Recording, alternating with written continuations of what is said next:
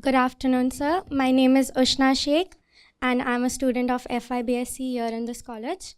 So I see all the people around me living a cycle, like a life cycle, who are just working hard and struggling to survive in the society. So my question is, how to actually live and not just survive? So like when I'm on my deathbed, I know that my life was worthy enough. Girl, you're asking for just too much. Huh?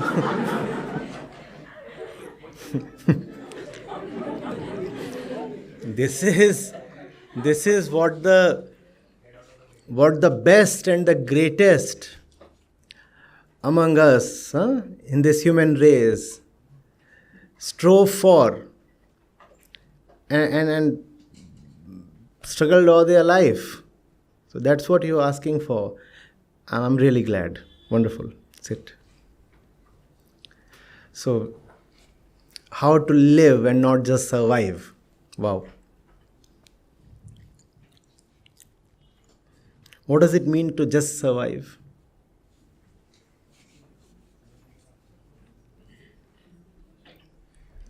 It means to exist for the sake of the body. I'm just trying to put in certain technical terms for the sake of clarity. If most of your waking time is spent in pursuit of physical sustenance or physical pleasure, then you are just surviving.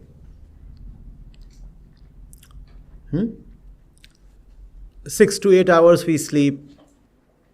Another 2 hours are spent taking care of the body. That makes it 8 to 10. You are left with 14 hours, 16 hours. Of these 14, 16 hours,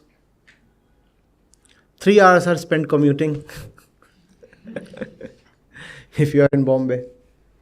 So you are left with what? 10, 12 something? Of these 10, 12 hours, if you are spending 80-90% just taking care of your livelihood or trying to maximize your physical pleasures, then you are just surviving. What's common between just striving for livelihood and maximizing physical pleasures? Livelihood is the thing that you enter into so that you can maintain your physical sustenance. So physicality is the common link. You ask someone, why do you work so much? Is there joy in your work? Is it a mission you are working for? Do you want to bring about a substantial change within you or in the world? And if the answer is no, they say no, we work so that we can feed ourselves, our family, take care of needs, and also provide for our desires and ambitions, then that's called as mere survival. Just survival.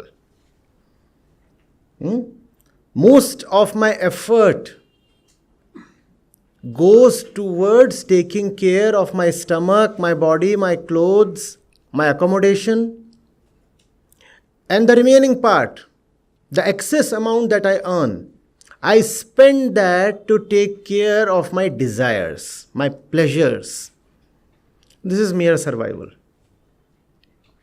Are you getting it? A fellow earns, let's say, 100 rupees a month.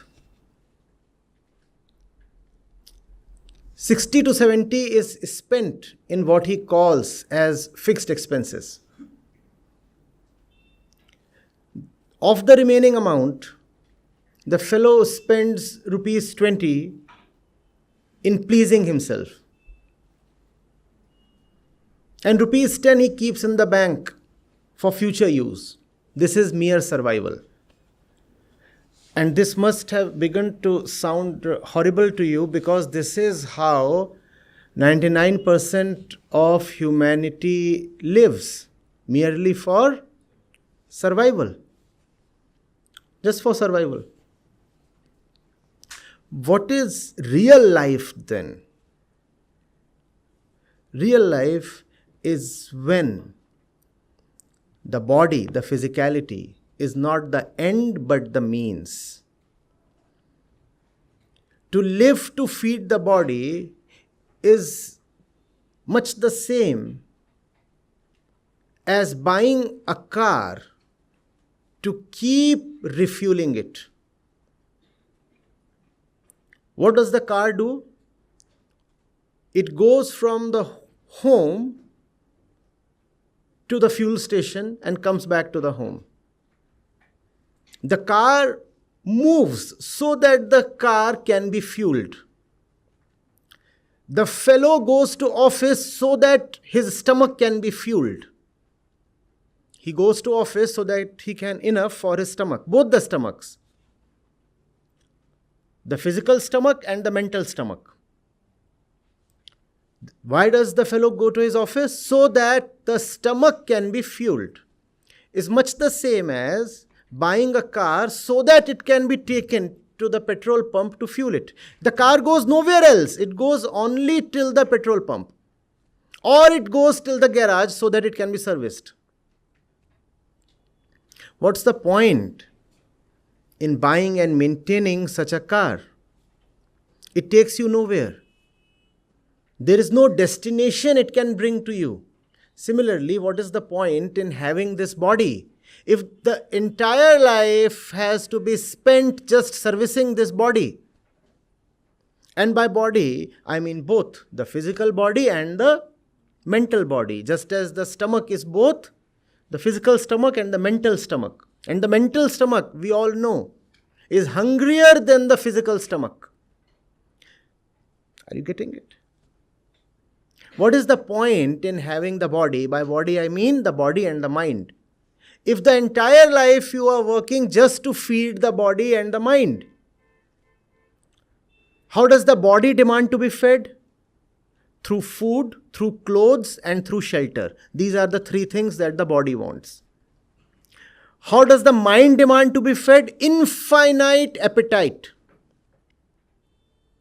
Unending desires. Both of these keep demanding, please feed us, please feed us. The body says, give me a better house, give me better clothes. The mind says, that's what I want to have. That next thing remains to be achieved. I must have that. And life is spent just servicing the body-mind complex. It's been 10 years since you bought that car.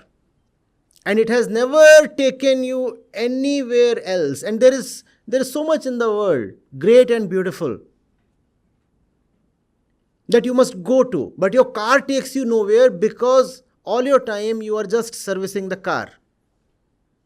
The car is of no use to you. Instead, you are being used by the car. You do not own the car owns you. You are a slave to the car. Similarly, we are mostly slaves to our car. This is our car. You have been gifted with this so that you can use this to reach somewhere in life. Instead, we act as slaves of the body. Don't we, usually? The body decides what we'll do. And body means body-mind. The body and the mind decide what you ought to do. And the mind is nothing but an outgrowth of the body. Our desires, our thoughts, they arise from our physicality, don't they? Your hormones shift a little and your mood shifts. Does that not happen? So what you call as your mental emotions are nothing but physical things in motion. So of what use is life then? If all you have to look for is physical, mental security and fulfillment of blind desires. You live when there is something beyond physicality to live for. Do you have that? As young people, this question should be very, very important to you. I do not know whether we'll ever meet again.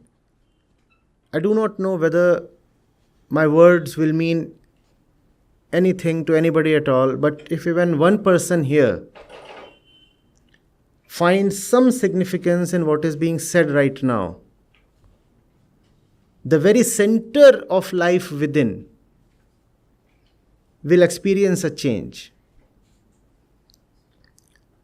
I meet 25 and 35-year-olds now, and they say that it's probably too late.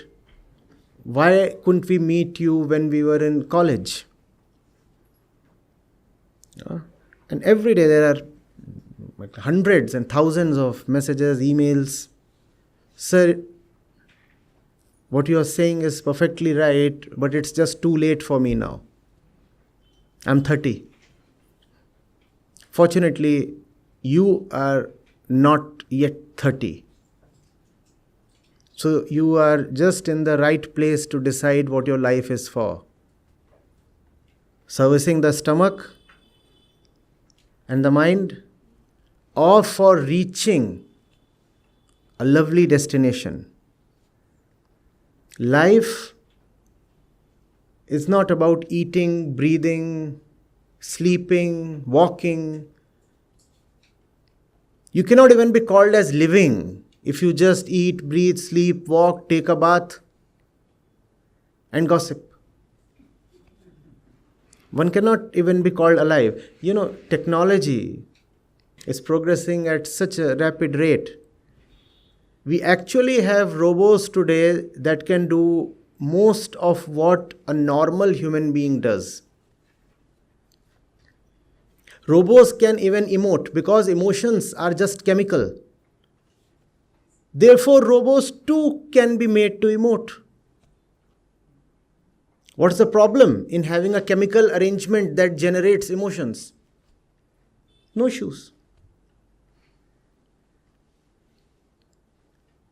Is there something in life beyond what a robot can do? You say, I'm not dead, I'm alive. Why? You see, because I walk. Even a robot can walk. I speak, even a robot can speak. I see, even a robot can see.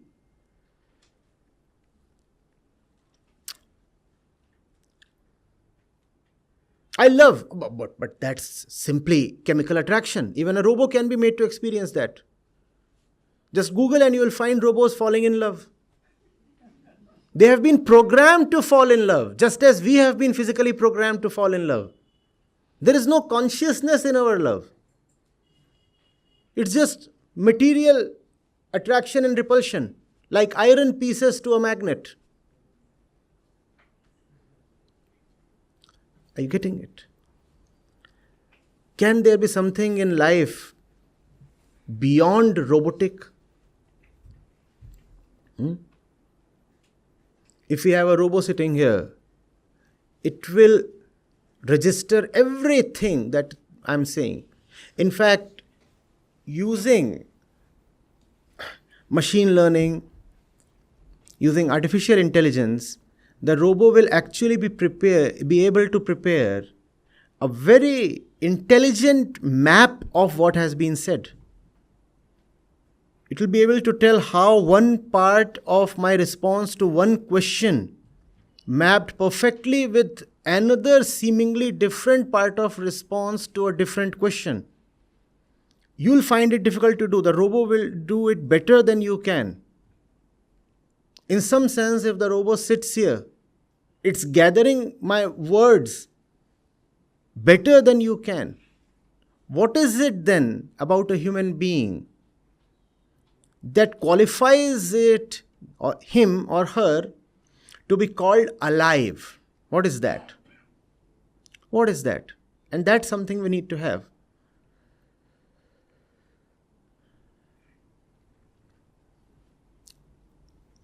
You're waiting for me to give the answer? That's robotic.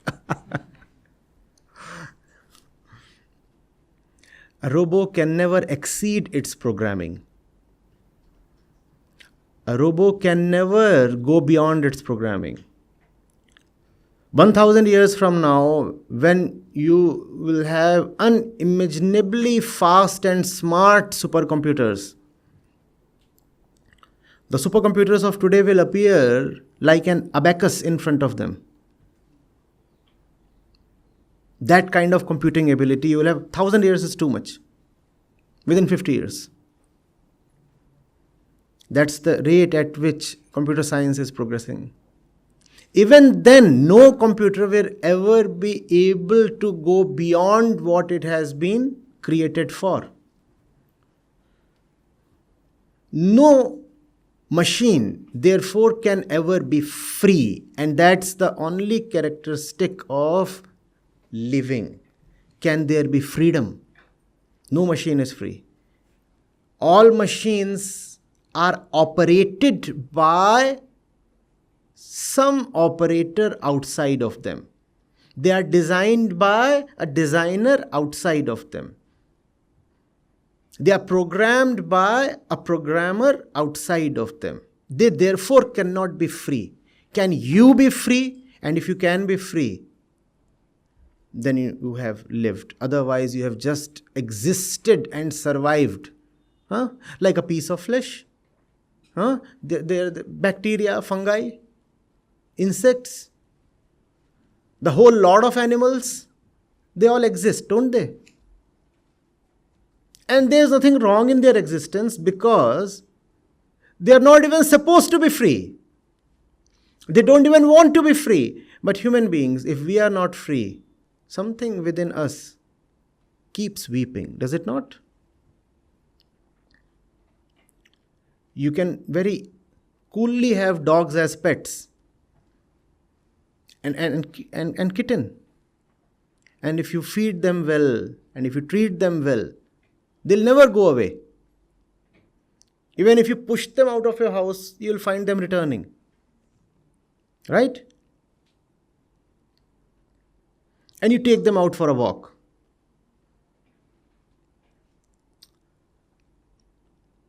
And there's a collar around their neck. But no human being can ever be satisfied with such an arrangement, provided he deserves to be called human. No human being will ever say that if I get fed properly and if I am given enough money and if I am given a cozy place to live in and a nice bed to sleep in, I'm ready to live like a dog in your house. No human being will say that, because human beings are constituted to value freedom more than anything else. The dog will happily survive in its bondages. Man cannot happily survive. We know of people who would rather die than be enslaved, right? I hope we all were like that. I prefer death over slavery or bondages. That's the defining and exclusive characteristic of a truly alive human being. Freedom. Freedom from everything. Freedom from your external masters, and more importantly, freedom from your inner conditioning. Inwardly, we are badly conditioned. Each strand of your hair, every particular cell in the body is simply conditioned. There's nothing new in life, therefore. That which you are doing, that which you are experiencing, your emotions, your thoughts, your instincts, your reactions, they are all pre-scripted in a sense. And on top of that script, there is another script imposed on you by the society. First of all, we are all born conditioned, and then the social influences from us, coming from family and the media and the college and the religious stream we belong to, they all burden us even more. And we become thoroughly mechanical. The fellow loses all sense of freedom. What's scary is most of us lose even love for freedom. We resign. We surrender. We agree to live like slaves. We start calling the master's orders as our own thoughts and desires. Are your desires your own? Are your targets your own? No, they are mostly coming from a master outside who's dictating terms to us. Sometimes we know the master. Most of the times we do not even know that the stuff we are chasing is actually of no use to us. Some blind force has taught us to respect something, to chase something, to value something, to live for something, and we are blindly obeying the commands. Like a clerk receiving dictation from an officer.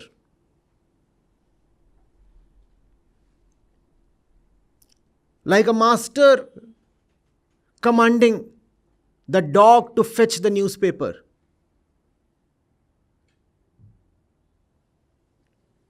Like a programmer asking the machine to fetch a certain result. That's how most of us live. Can you be free from all this? Can you see that your existence is threatened from all sides by blind forces that are violent and senseless and meaningless? And because they are blind and senseless, they want to capture others' lives. One mark of ignorance is that it suffers. When you are ignorant within, you suffer. And when you suffer within, you know what you become? You become violent so that you can make others suffer. When the society in general is ignorant, it suffers and it makes everybody suffer. Young people must be cautious. Suffering, bondages should not be labeled as responsibilities, as virtues.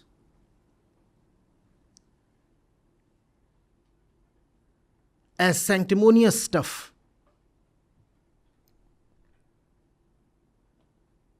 We must question all the definitions that have been fed to you. You must figure out what is really sacred in life. You must figure out what is important, what is not, on your own. And then you are free. Or at least are walking towards freedom.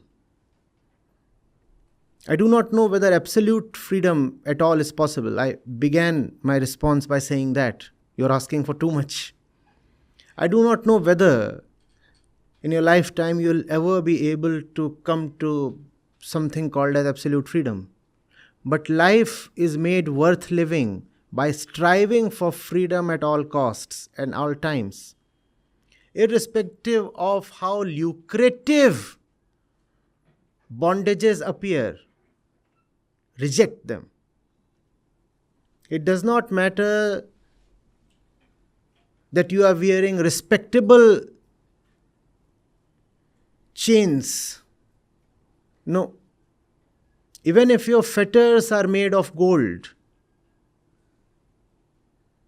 just drop them.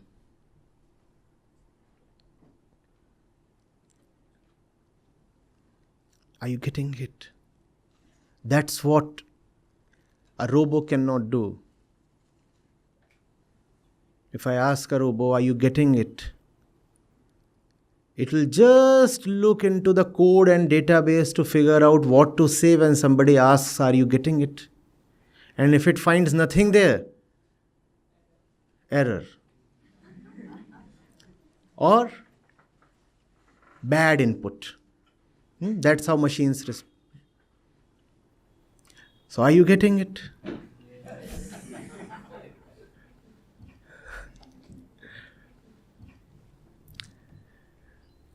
No robo can ever understand what has just been said.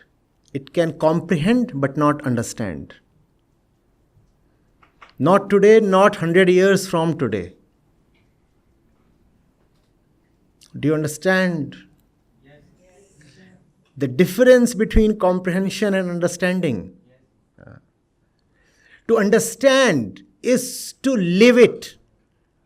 When you understand freedom, then you drop your bondages and you start living freedom. Comprehension means, oh, I know what those words imply. So if you can know my language, if you can turn active voice into passive voice, if you can translate what I said from English to German or to Hindi, you have comprehended. But comprehension means nothing. Understanding means living. Comprehension simply means intellectual translation. Intellectual translation never helps anybody. There are so many people who know so much intellectually. It doesn't change their lives.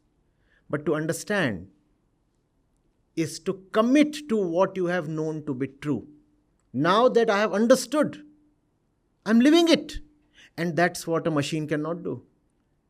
If I speak of freedom to a robot, it cannot drop its programming. 1,000 times I'll speak of freedom to a robot or to a computer, it will still remain programmed.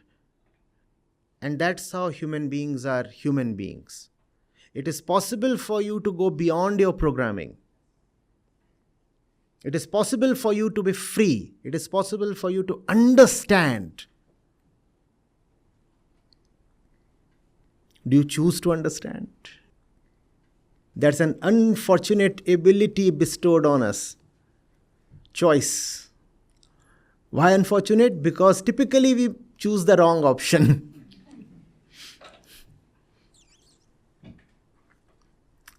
Freedom is a choice. Bondages too are a choice. 99 times of 100 we make the wrong choice. The robo, well, it cannot choose at all. It is simply programmed. And even if it will choose, the choice will come from the programming. True? Can we make the right choice? We'll have to live rightly then. Right choice is not just about uttering something from the mouth or nodding your head. It's about beginning to live in a free way from the center of freedom. Possible? First of all, beautiful or not? Yes. When you'll find it beautiful, then you'll make it possible. There must be beauty in a young person's life. If there is no beauty, then there is no inspiration. Why will you move if there is ugliness all around? From ugliness of one kind, who wants to strive to reach ugliness of another kind? Somewhere you must see greatness and brightness and beauty. And then you are inspired and then you move. And that's when you can fight your slavery. And fighting requires a lot of energy.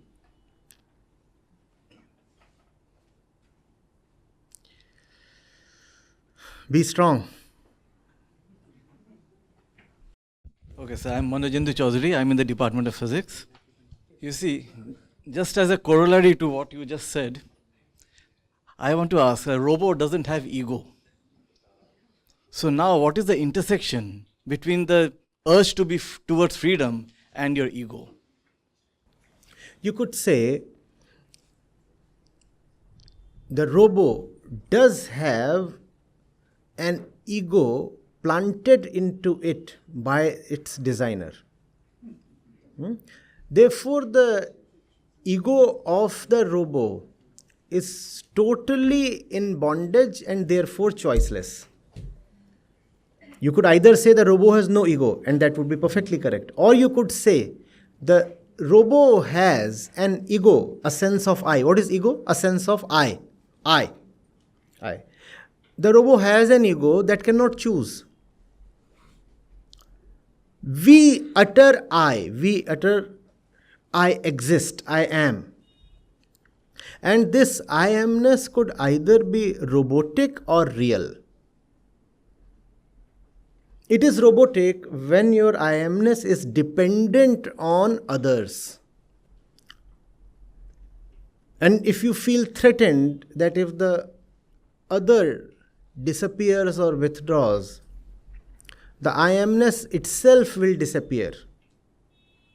That's the slave ego. For example, I am rich. What is the ego? The I am thing is the ego. And if the ego says I am rich, and if the riches vanish for some reason, a stock market crash, let's say, the fellow says, oh my God, I am gone. Because who was I? The rich one. And the riches have gone, so I am dead. I am rich. Now strike out the word rich. What remains? Nothing. That's false ego. But most of us choose to live in this kind of false and dependent ego. Real ego is self-dependent, free. It does not find it necessary to identify itself with something. It does not experience a kind of vacuum that it must compulsorily fill up with something, anything, some trash. Many of us, for example, might be finding it difficult to just sit silently and listen. Because in the moment of silence, you have to say, I am. In fact, you don't even say, I am. There is just silence. And that's a threat to the ego, because the ego must say something. I am X, I am Y. So the ego chooses to say, I am gossiping. Now, gossip makes the ego feel alive. Oh, I exist. Otherwise, there is the danger of inner death. Obviously, a false death. No real danger, actually. Do you get this? The way we are born with the sense of I am. It is this sense of I am that works all life to gain fulfillment. Being unfulfilled is our condition right since birth. But we choose, because of ignorance, fulfillment from the wrong kind of, not even wrong, useless kind of sources. We choose to be associated with something that will fail in delivering fulfillment. So I am rich, or I am traveling, I am a tourist, I am a husband, I am a lover, I am educated, I am intelligent, I am Hindu, I am Muslim, I am male, I am female, I am smart. We want at all moments to associate ourselves with a certain identity, in the hope that the association will bring fulfillment. That association does not bring fulfillment because it is an exercise in the wrong direction. We require not association but actually dissociation. That is called freedom. Freedom is to dissociate yourself from all your dependencies. Would you remember this? Freedom is to dissociate yourself from your dependencies. Whereas the ego is constantly clamoring for more and more dependencies. Even the things that you call as your assets actually become your dependencies. For example, I own a Rolls Royce. In language, I seem to be implying that I am the master of the car. But tell me, one day the Rolls Royce isn't visible, something has happened. And you need to go from place A to place B.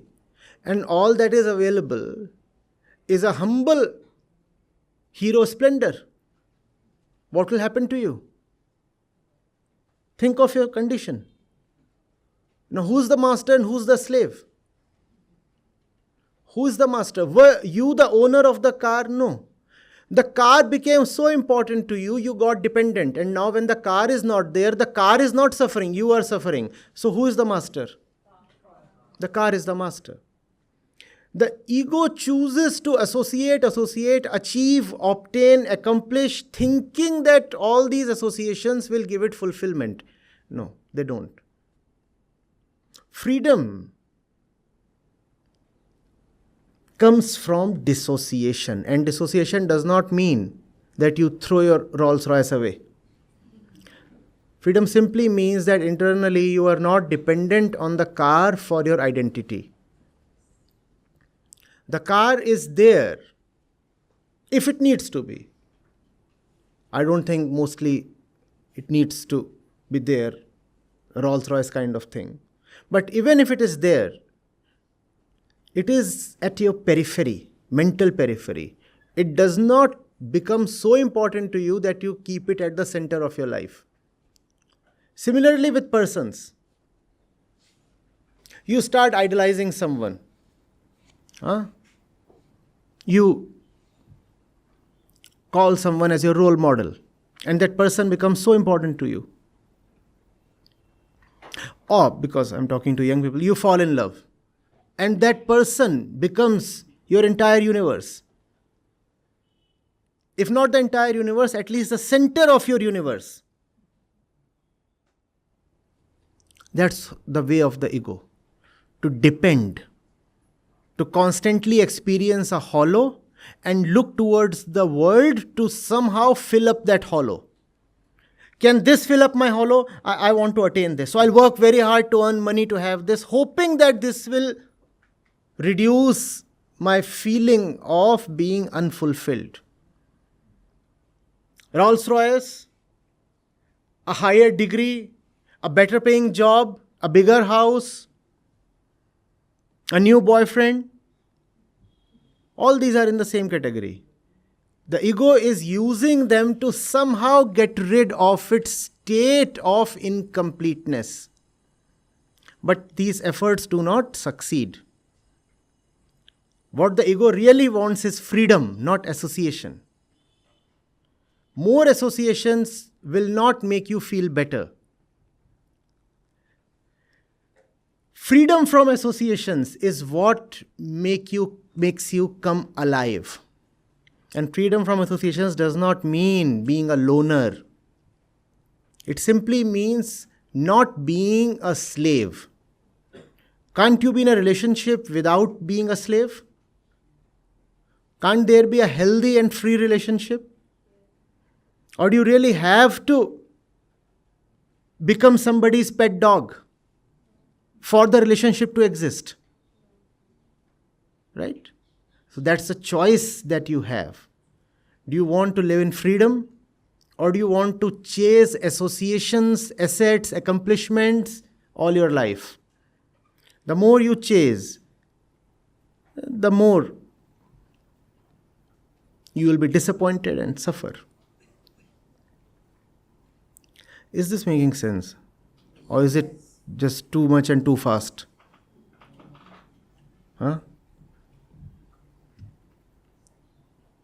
Not sure. I hope this at least gives you a start. You're young, you have a long way to go and you have time.